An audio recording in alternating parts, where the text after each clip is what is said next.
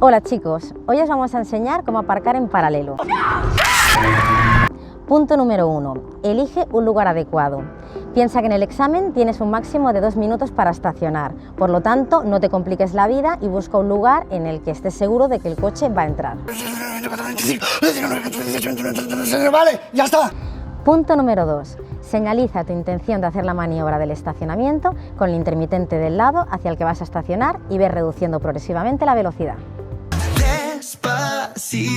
Punto número 3. Colócate bien, de manera que la parte trasera de nuestro vehículo coincida con la parte trasera del vehículo de delante que hayas cogido de referencia. ¿Qué me estás container? No olvides mantener la distancia lateral de seguridad con ese coche. Punto número 4. Giramos todo el volante hacia el lado que vamos a aparcar. Si aparcamos a la derecha, giramos todo el volante a la derecha. Por supuestísimo. Pones marcha atrás, miras por tu espejo retrovisor izquierdo hasta que veas por completo la matrícula del vehículo de detrás. Y voló. Y me hizo volar. Frena, coloca el volante recto y vamos marcha atrás hasta tocar bordillo.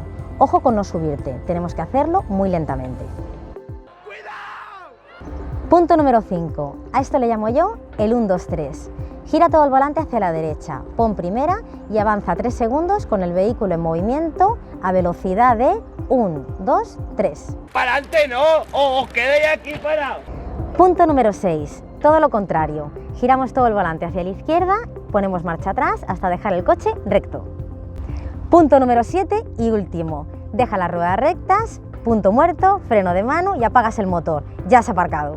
Es mejor eso que morirse.